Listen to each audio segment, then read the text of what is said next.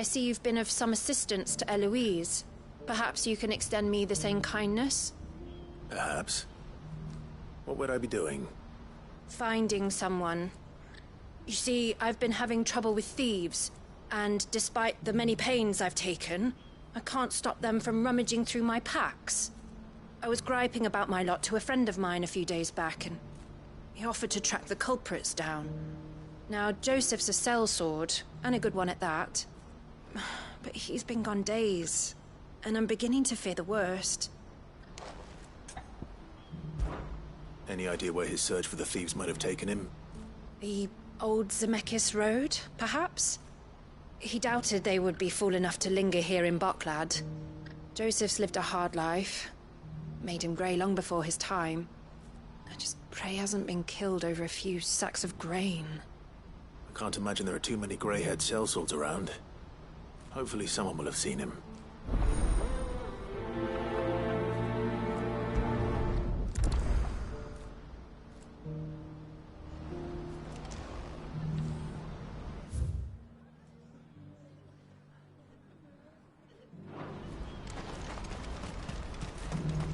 What I wouldn't give for a home. Looks like this is the end of the road. When are they gonna let us through? What do you want? I've no coin on me. Just information. Has a sellsword passed through here? Grey hair. Now you mention it, there was a young man with salt in his mane sneaking around out there a while back. Which way did he go? How am I supposed to know? Buggered off down the road, I expect. Now why don't you do the same, and leave me be?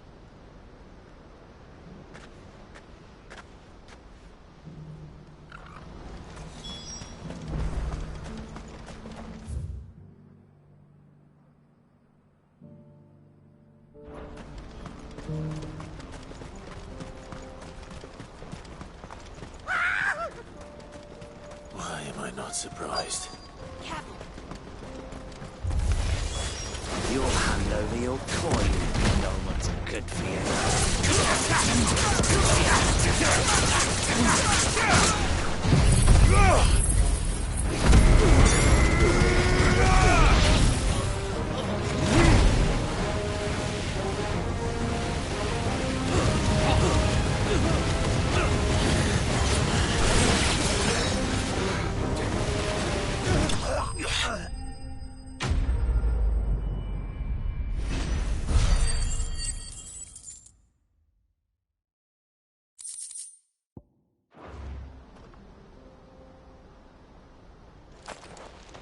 Are you hurt?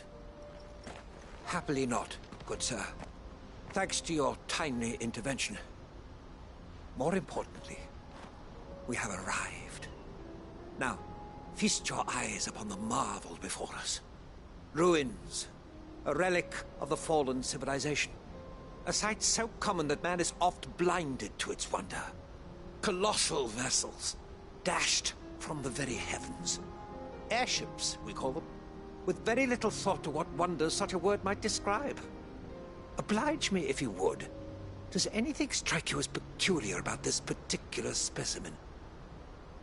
Though we ourselves find fallen ruins to be nigh indestructible, whatever gouged the final sin from the rock cleaved clean through the structure you see before you.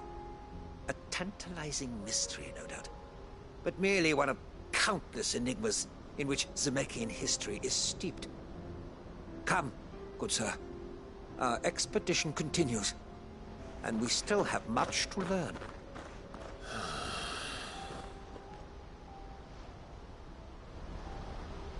He's passionate. I'll give him that. Good girl. Fly, Ambrosia.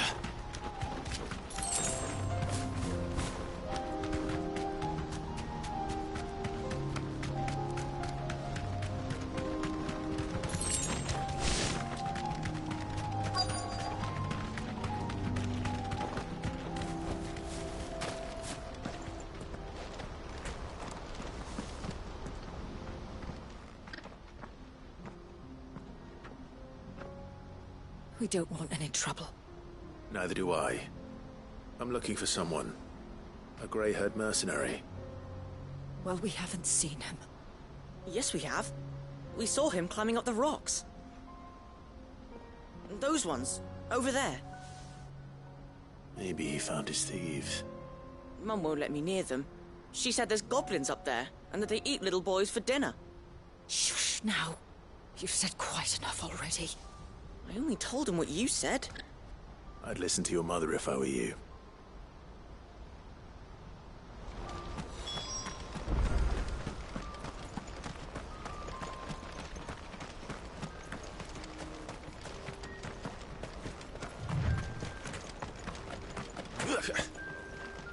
Did Joseph's thieves really lug their stolen wares all the way out here?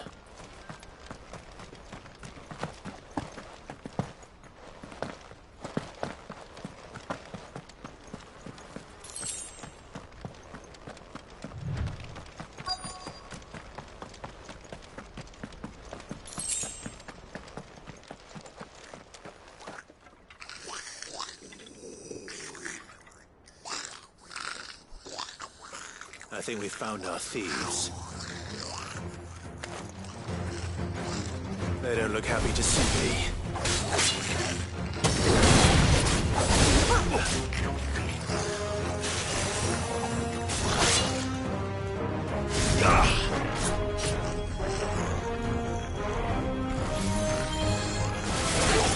Sick 'em! Now, Torgal! All yours, Torgal! Now, Torgal! Torgal, kill! Go, Torgal! Now, Torgal! All yours, Torgal! Now, Torgal! All yours, Torgal! Torgal, kill! All yours, Torgal! Now, Torgal! Torgal, kill! Over here!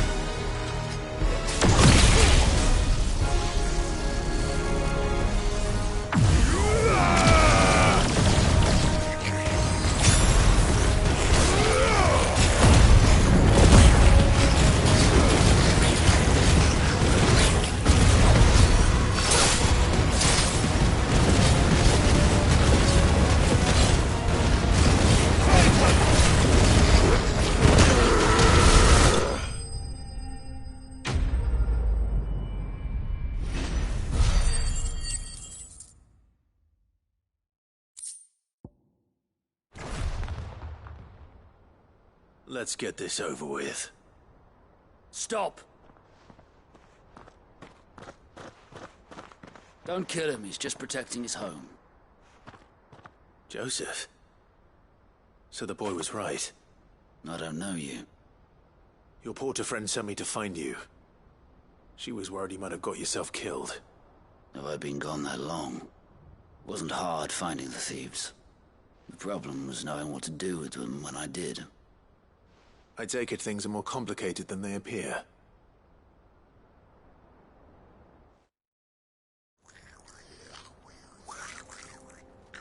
I'd all but ruled out bandits before I even left the market. You know why that is? Because our thieves had no interest in gold or gems, or anything they couldn't eat for that matter. Add to that the rumors of goblins in the area, and the mystery practically solved itself. I soon found their cozy little homestead and all the missing food. I launched myself at them, full of righteous fury, but their leader was the only one who moved to meet me. The others, they huddled around that food, ready to die protecting it. They stole because it was that or starvation. I've been there myself, back when times were hard. So you spared them? And earned their trust into the bargain by the look of it. These goblins aren't native to the area. They don't know how to survive such barren lands, so I've been teaching them. And once they've learned to hunt and forage, they won't be fool enough to risk their necks in Boglad. I'm impressed. I didn't know goblins could be reasoned with. Do me a favor. Let the porter know I'm safe. I'll head back to the market once my work here is done. Oh, and don't mention the goblins. I don't want people coming here brandishing pitchforks. Not now this lot have sworn off thieving. Your secret's safe with me. I appreciate it. Thank you.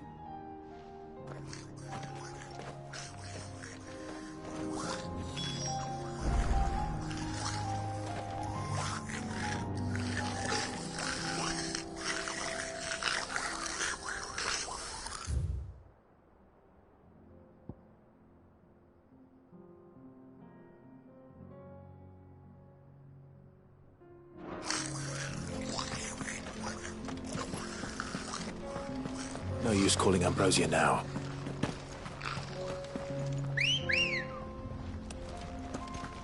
Let's go.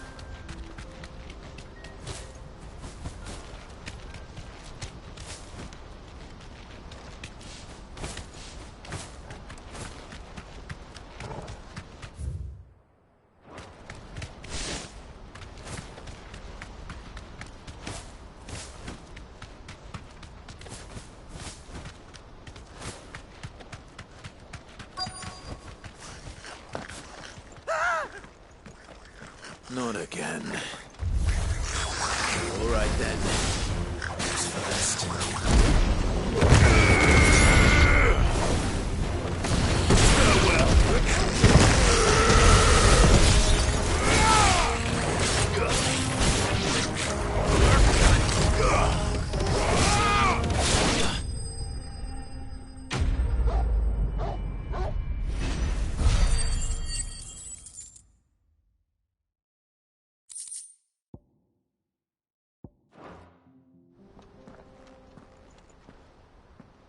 You're going to get yourself killed. Oh, that would not do. That would not do at all. Not when such majesty stretches out before us. Behold, the final sin in all its glory. As Moss tells us, a battle was fought here in ancient times. A battle of such ferocity that it tore a great crater in the very land upon which it was waged. In reaching for their holy sanctum, did man enrage the gods, and great was the vengeance that was rained down upon him. Alas, the full truth of the matter is lost to time, though I live in hope that I might see it discovered. But we must not dwell upon such things. There is more yet to see. Onward! History awaits!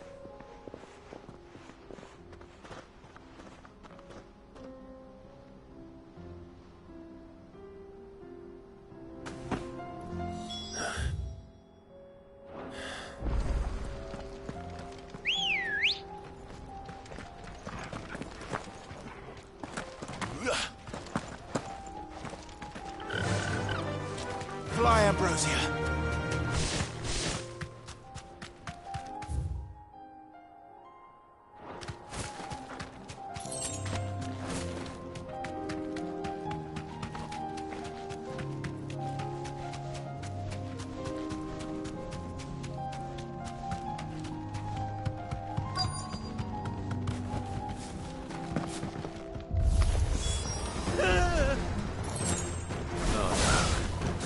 Really got himself into trouble.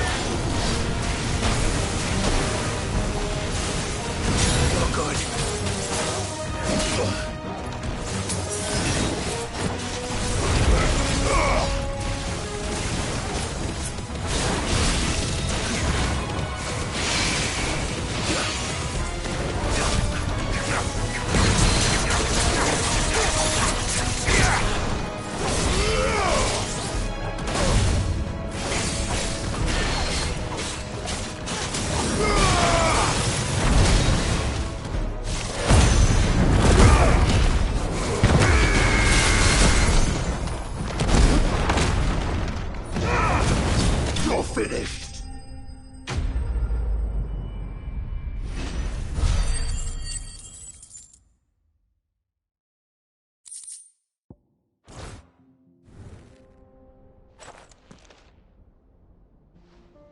Still in one piece?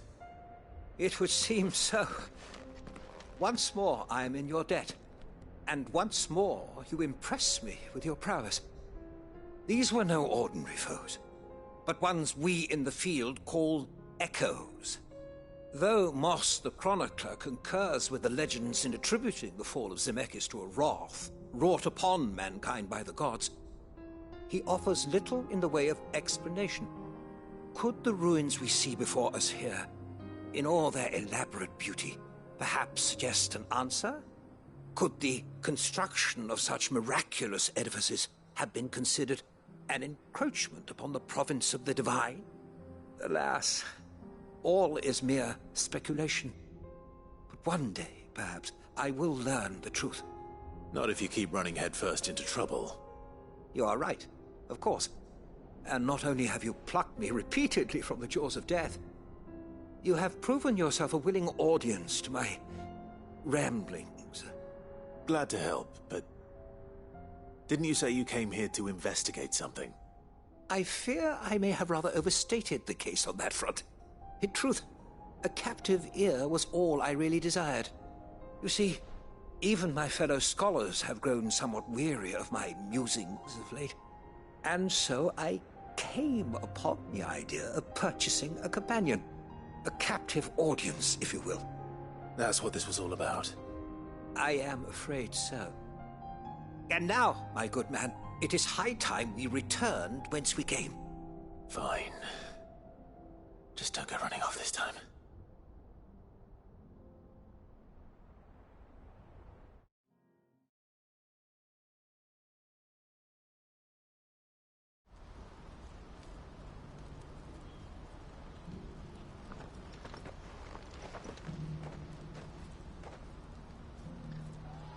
And so ends a delightful day. Here, your reward for humoring my selfish whims, plus a little extra for the trouble I have put you to.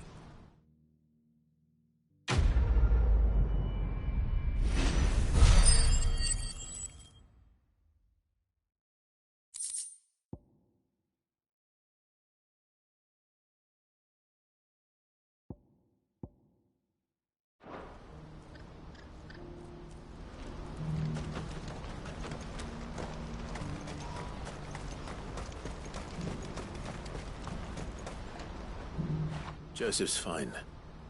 He'll be back once he's tied up a few loose ends. That's a weight off my shoulders. He certainly knows his business. You found your thieves all right. And I dare say they won't be coming back. A good man to have around, that Joseph. And if he says there'll be no more thieving, that's good enough for me. Thank you for putting my mind at ease. Here, for your troubles.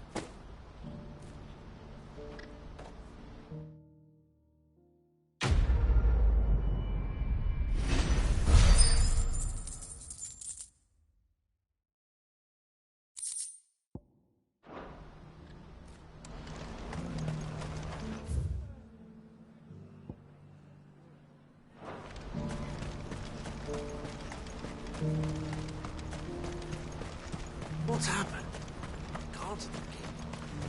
Please, pace it through.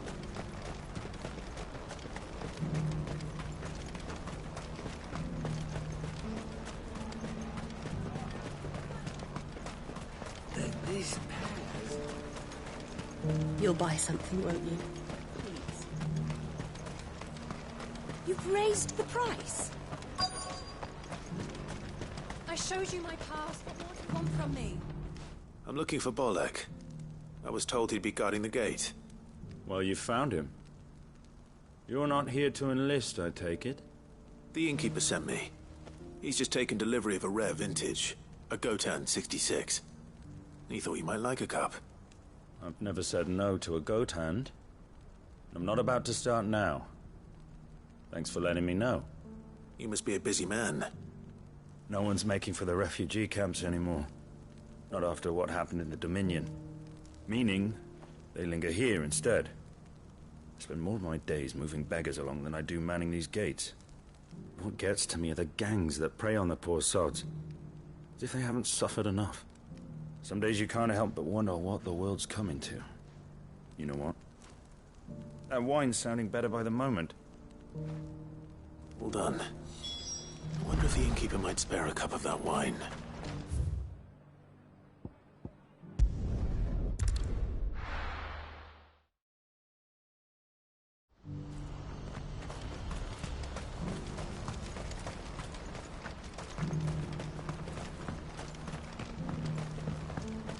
Do you have any fresh water?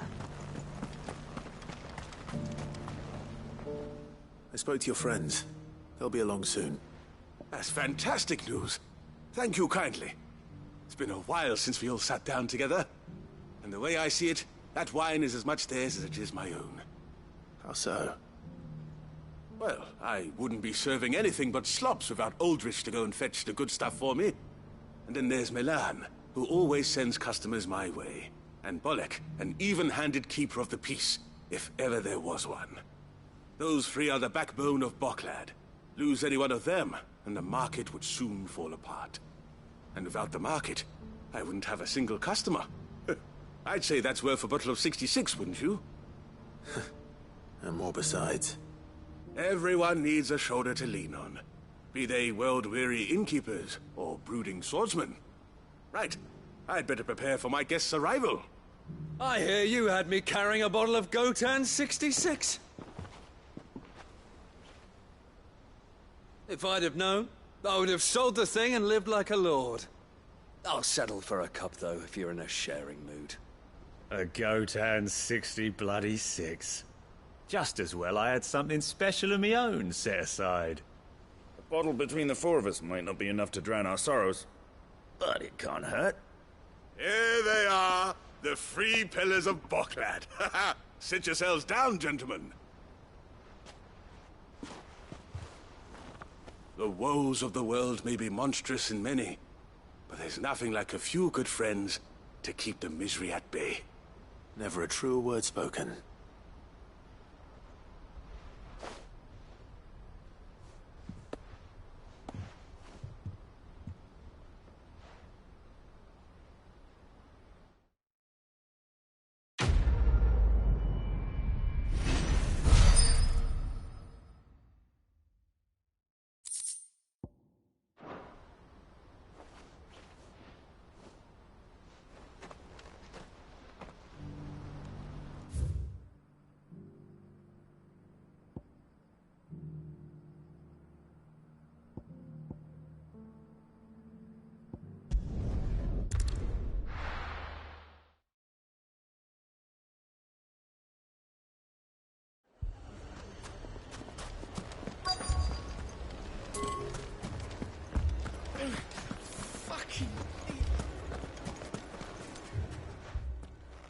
Sid, your new companion appears much more formidable than your uncle.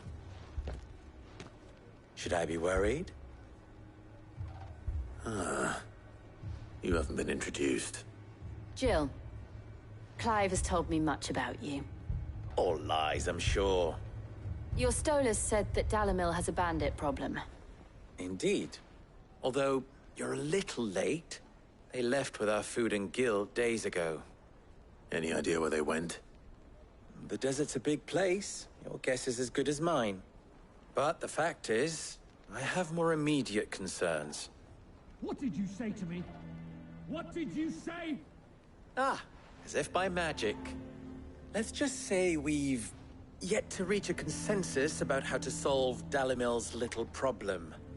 And at this rate, it won't be the actions of the bandits which prove to be our undoing. It will be our own. Now, I've tried reasoning with the dissenting parties, but even the Desert Hare has limits. Perhaps we could talk to them. What makes you think they'll listen to us? What makes you think they won't? She makes a fair point, Sid. And you won't have wasted much of your precious time if you fail. They're just across the courtyard.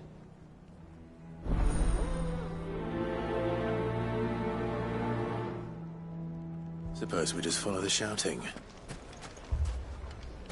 Poor bastard. Couldn't run because of the weight of his load.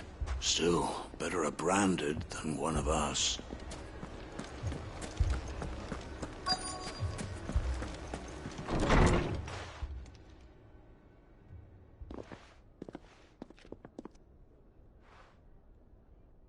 You wouldn't talk like that if it had been your men whose throats were slit. Blood for blood, it's the only way.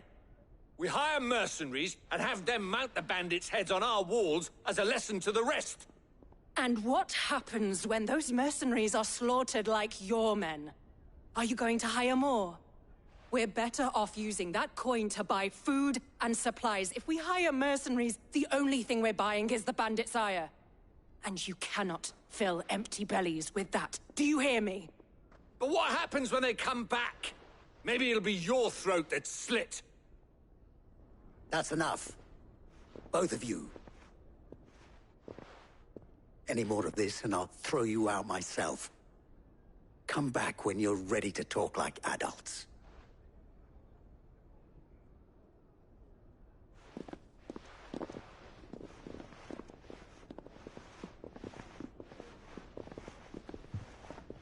Victor. What's he doing here? Sid. And Lady Jill. What brings you here? I was about to ask you the same thing.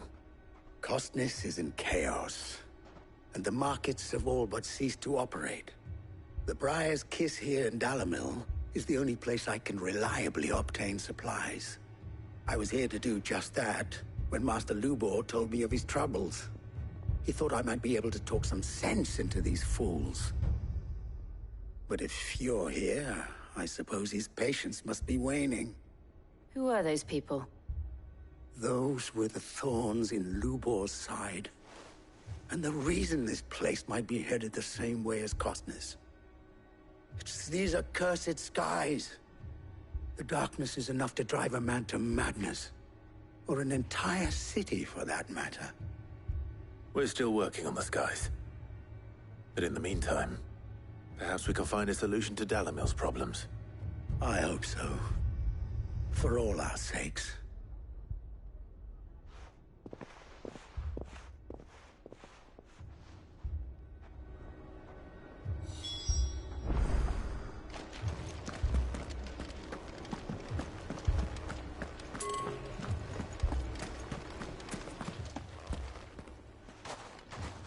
So, you see my predicament?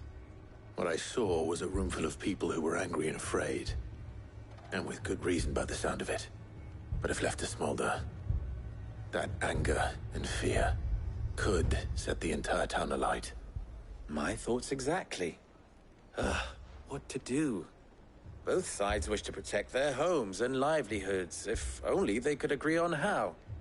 But as long as they are divided, we are vulnerable.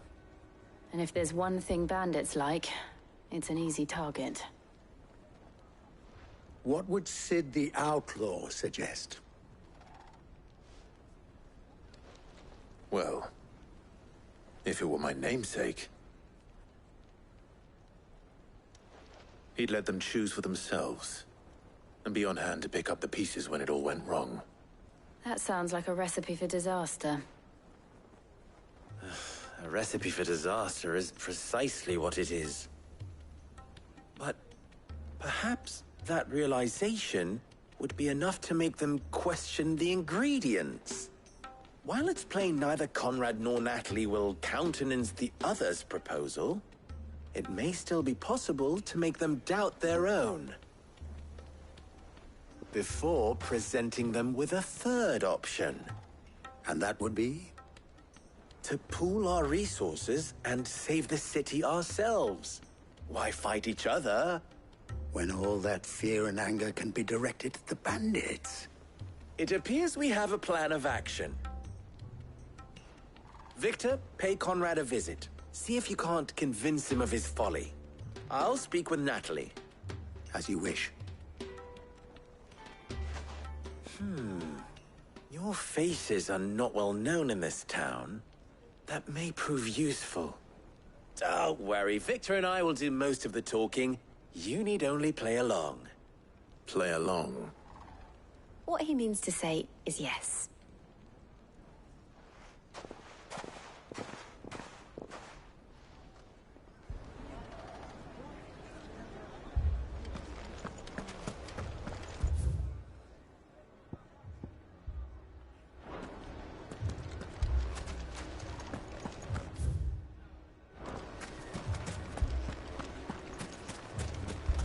Picture it, Conrad.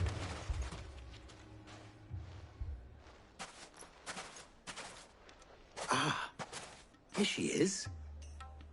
The Lady of the Spear herself. Conrad, may I introduce you to Jane, commander of the Red Wings, the oldest mercenary guild in the Free Cities. A pleasure, my lady. The pleasure is all mine. As I told you, I summoned the commander here from Canver to inquire about a contract. Victor says you told him no. That there aren't any men left to hire. Is that true? True as the crystals cracked. Nobles came and claimed every last one worth his salt. And not just from us Red Wings. You know of the 7 high houses. There must be 2 swords assigned each one. Granted, we have a few boys left. If it's boys you're looking for. Well, Conrad, are you saying that Dalamil's finest cannot defend this town better than a gaggle of unblooded striplings? That a band of beardless youths could better avenge the deaths of your brave men than you yourselves? Absolutely not. We'll show those bastards who they're dealing with.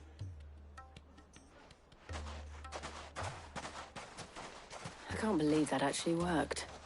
Conrad's not what you call the brightest candle in the crypt. And there's a reason why I had you do the talking and not Sid. Well played, my lady.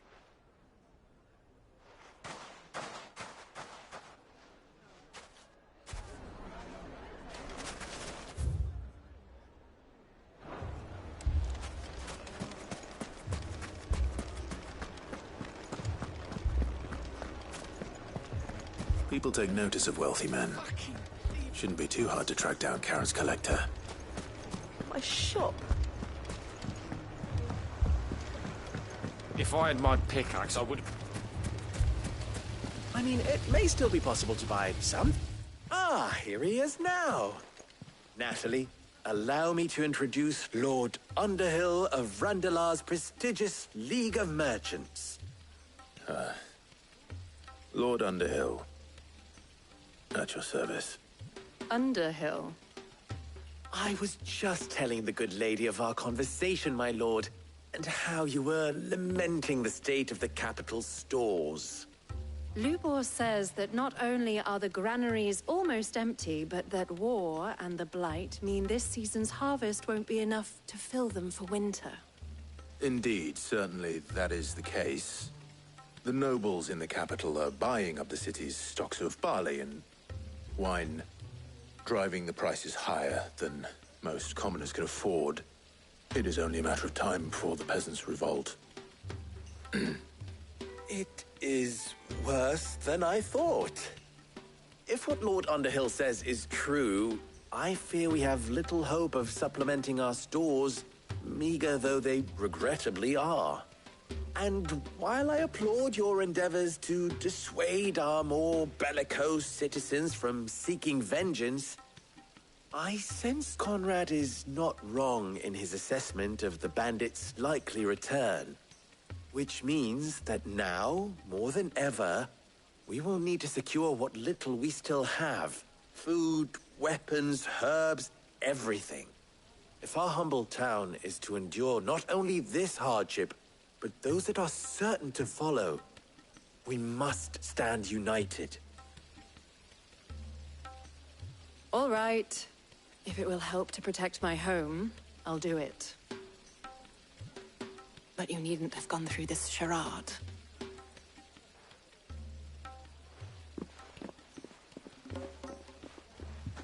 Thank you, Clive. Your performance was nothing if not workmanlike. She saw right through it. No, I didn't say it was good.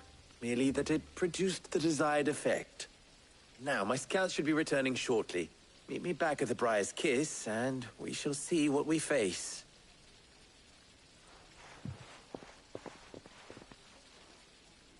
I'm not convinced our roles in this ruse were entirely necessary.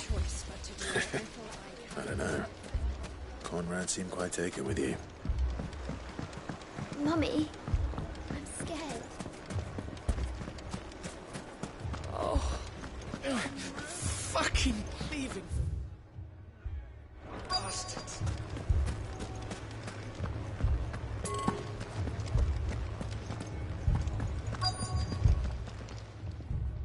My reputation will be ruined! Ruined! Calm yourself, Lord Ignac, I beg of you, before you do yourself a mischief. Pardon the intrusion, but... Out! Get out! I paid for these rooms so I wouldn't be disturbed. Leave me be! Please, allow me to apologize.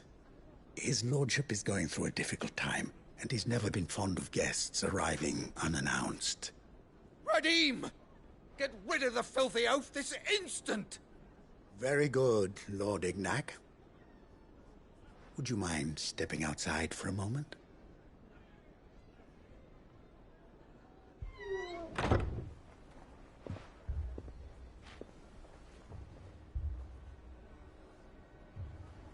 I'm sorry if I've caused you any trouble. That? No. That's just how his lordship is. Though the morning's events have left him somewhat fractious. He has been dispossessed of his luggage, you see. The thieves also made away with a considerable amount of coin. Coin the innkeeper will soon be keen to collect. I don't suppose a certain blade was among the stolen items. A single-edged sword. It was purchased from a merchant friend of mine. Ah, you know Lady Karen. Yes, I'm afraid it was. Then I'll retrieve Lord Ignac's luggage. But I have one condition. You have but to state it. You are welcome to anything that is within my power to grant. I want an audience with Lord Ignac. A few minutes should be enough. Then I'll be on my way. A condition I would be a fool to refuse. Of course, you shall have your audience. I don't suppose you saw where the thieves went. I did not, no. Though some discreet inquiries made on his lordship's behalf mean that I know where you might find them. The bandit's bed. Every ill-gotten coin in Dalimil is said to pass through that disreputable corner of the Valcroy. And that's where I'm heading. I shall speak to Lord Ignac in your absence, and arrange for an audience upon your triumphant return. That will be very kind of you. Farewell, and best of luck.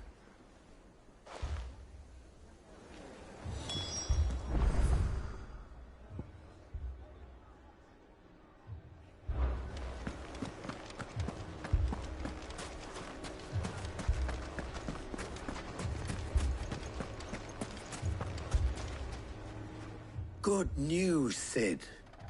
Both Conrad and Natalie have somewhat gracefully accepted their new roles. With time, they may even learn to... Time no longer appears to be the luxury it was before lunch. I take it your scouts found the bandits. Technically, it would be the bandits who found my scouts. It appears they march for Dalimil as we speak. All of them. You're not serious. They don't just want food, they want the whole damn town.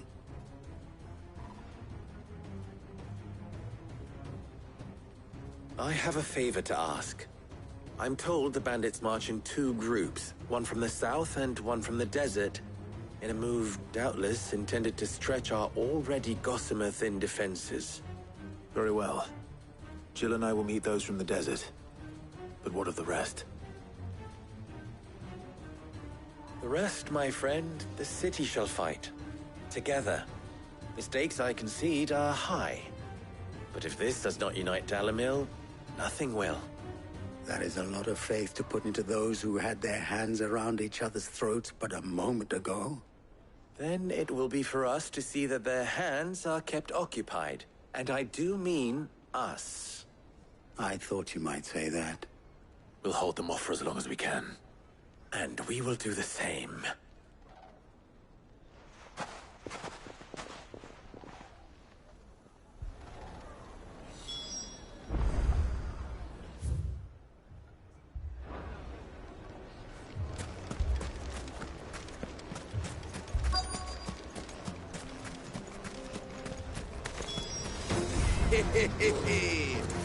No women folk can come to us. I'll take that one. He's all yours.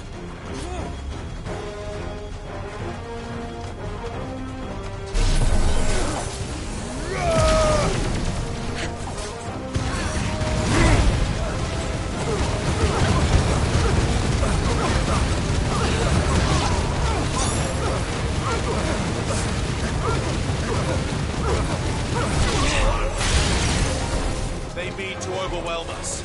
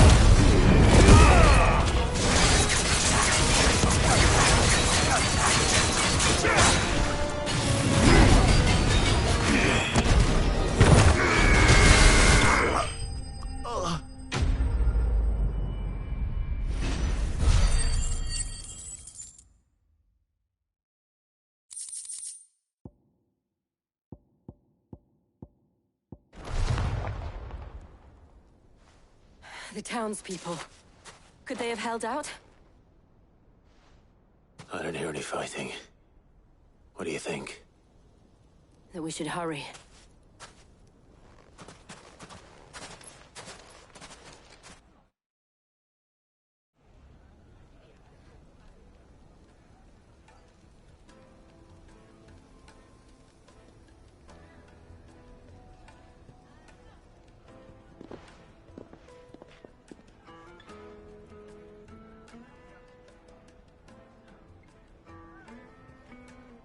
Natalie, I owe you an apology. You did well out there. The inn would have been lost had you not held the line. Without you, there would have been no line to hold. You saved us, Conrad. You saved Dalimil. We all saved Dalimil.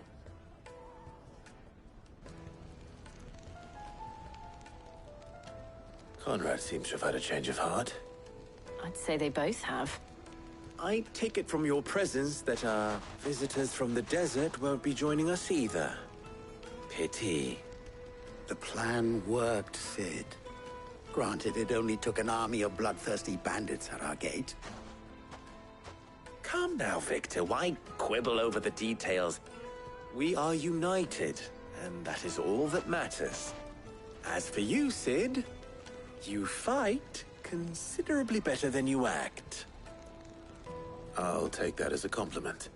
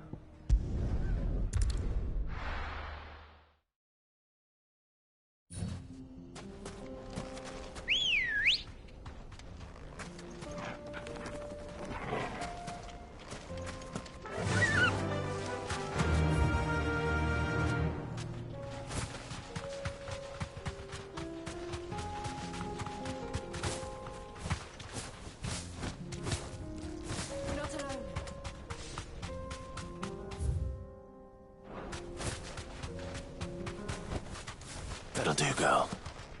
Careful.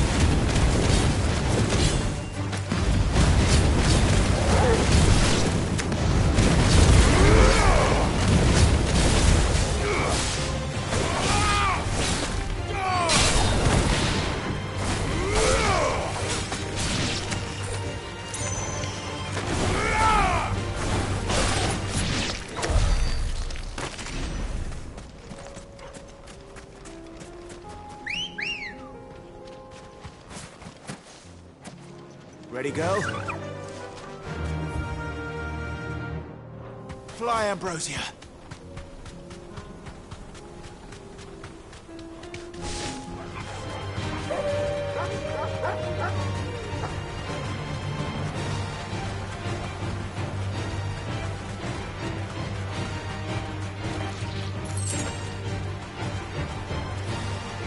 straight home now.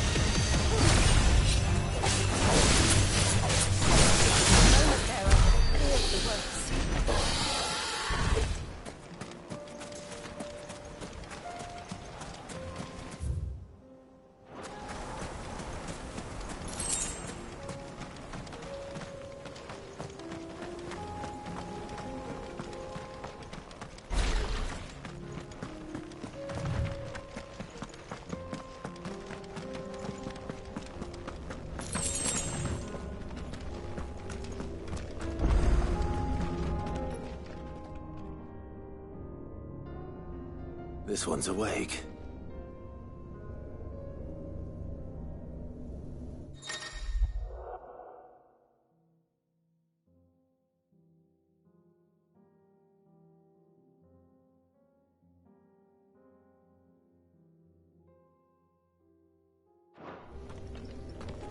Let's see what's inside.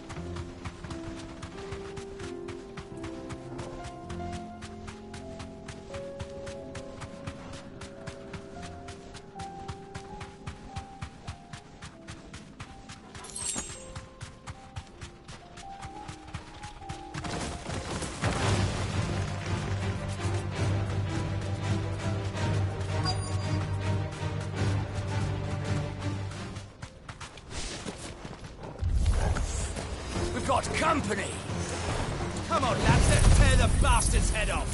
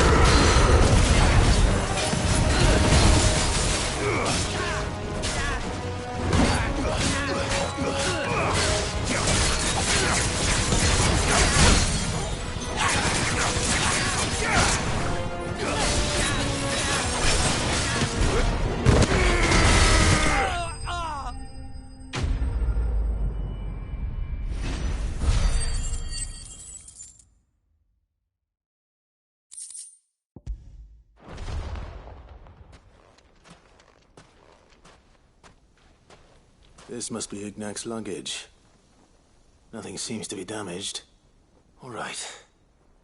Let's get it back to Dalimil.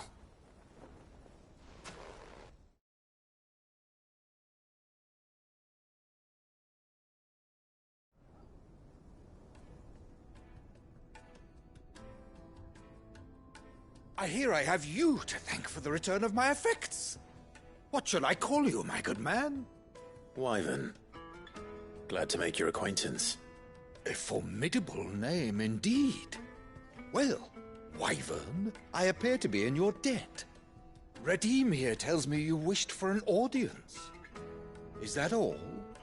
A few moments of your time should suffice, yes. You're a peculiar fellow, Wyvern. All right, speak. Master Wyvern was wondering if you could tell him about a certain single-edged sword you recently acquired. Oh, a true work of art, that one. Karen drove me hard on the price, but I would have sold her Radim here to get my hands on that sword. It was made in the Outer Isles, far beyond the Twins, and is used exclusively by the practitioners of a unique school of swordsmanship. They believe no combat should ever exceed a single strike, and hone their blades to such perfection that none ever does. Each sword is made for that one perfect stroke, and for that stroke only. They crack upon a second blow.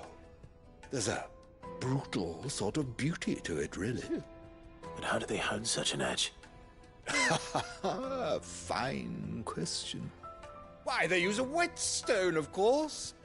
Whetstones, rather. A whole array of them, ranging from the coarse to the fine. 10,000 licks with the sharpening stone, then 10,000 more. But it is the final stone which lends the blade its legendary sharpness. A mineral quite foreign to this great realm of ours. And that is the key. The secret ingredient. Wyvern, it occurs to me that my little lecture is hardly equal to services rendered. Take this, together with my regards. The very stone of which I spoke, far rarer among collectors than even the blade itself, and a far more fitting payment. Thank you. Pardon the intrusion, my lordship. However, it is long past time we prepared ourselves to depart. So it is. I am locked in bitter competition with a rival collector of curiosities. I am one step ahead of the unscrupulous scoundrel, but he is hard at my heels. Are there many other collectors out there? Too many to count, but only one do I consider my nemesis. Lord Byron Rosfield. And is a perennial thorn in my side. I can imagine. Farewell, Wyvern. May our paths cross again. Radim, we mustn't dawdle.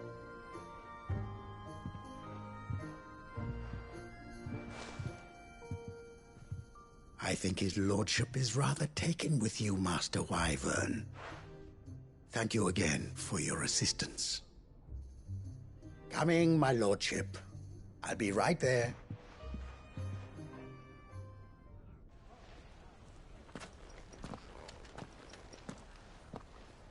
Trust Uncle Byron to find such an interesting rival. Now, let's see what Blackthorn makes of this whetstone, shall we?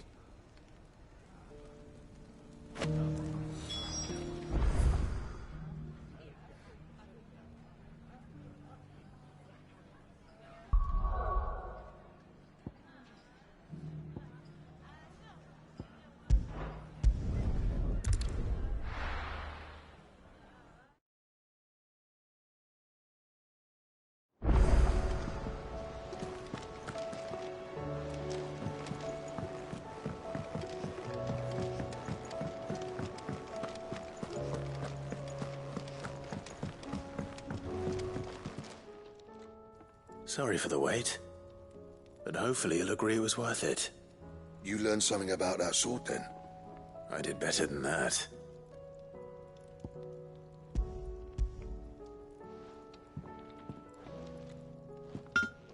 Hey, a whetstone? Yes, but not one you'll find anywhere in Valisthea.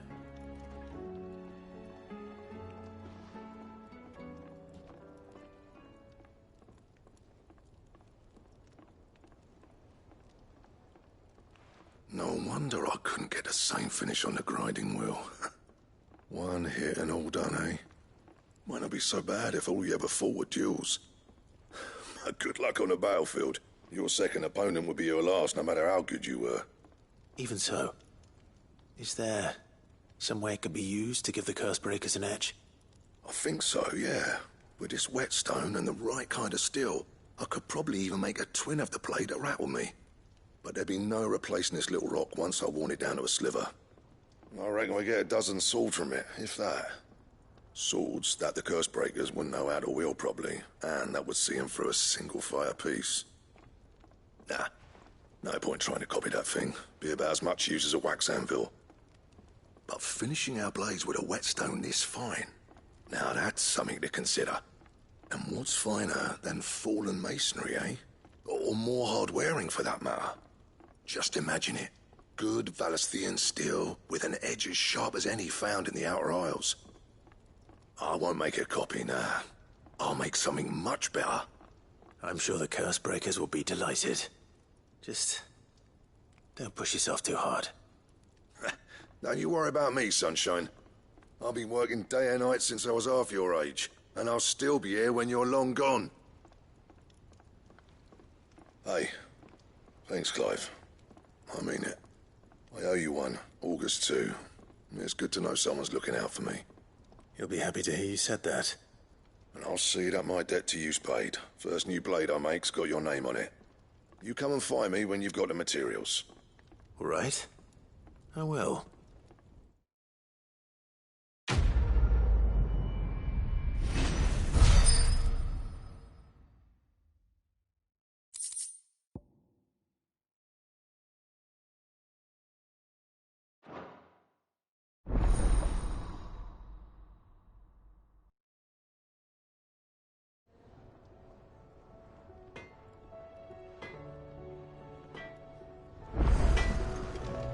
What do I owe the honor?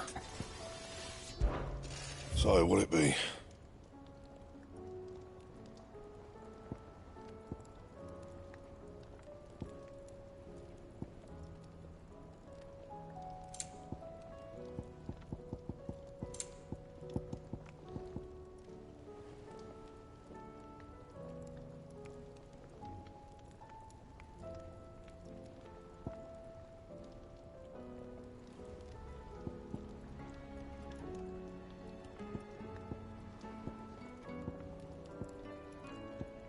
Anything else?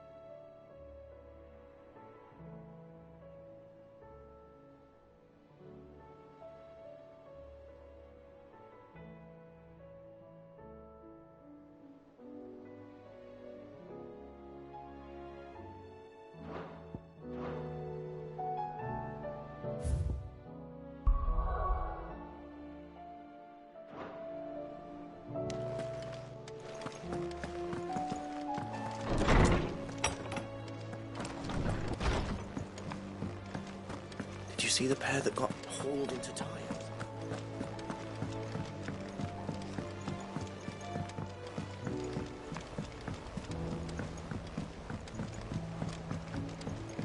Did you see that?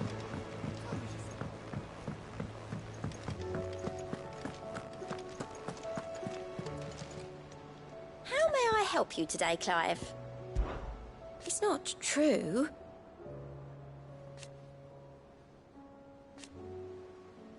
We've lost so much already. Is everything we've received and everything promised? All yours. All done?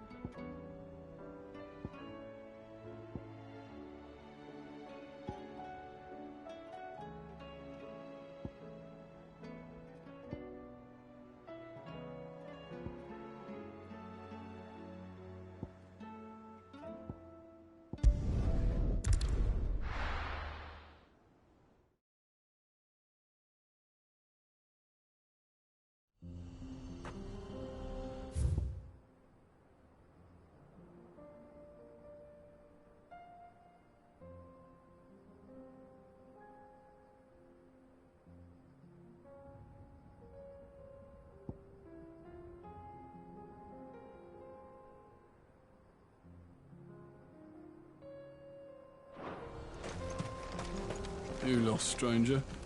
Wherever you're headed, it's back the way you came.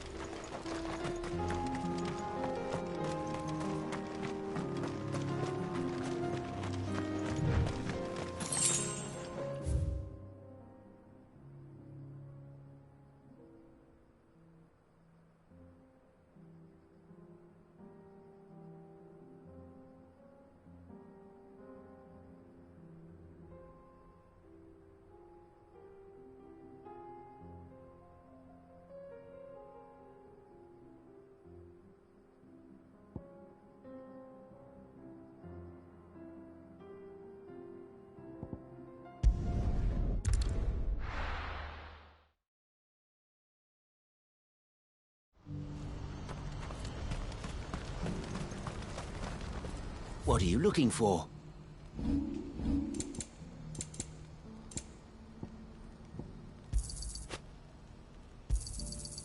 Many thanks. A fine choice.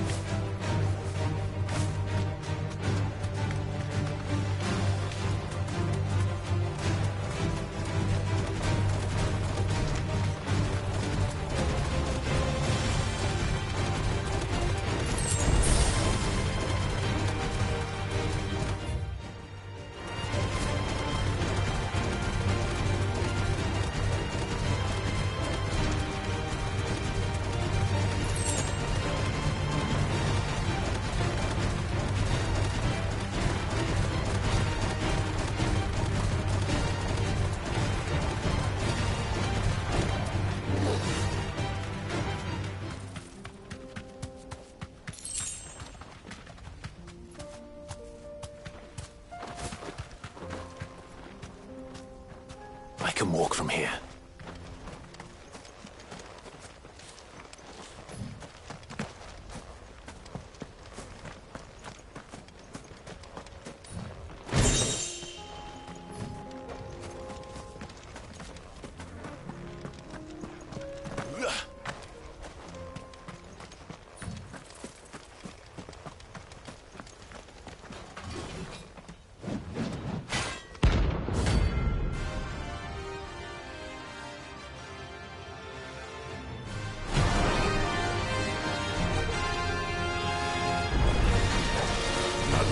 Forsaken soul, eh? Only those who have nothing. So empty your pockets.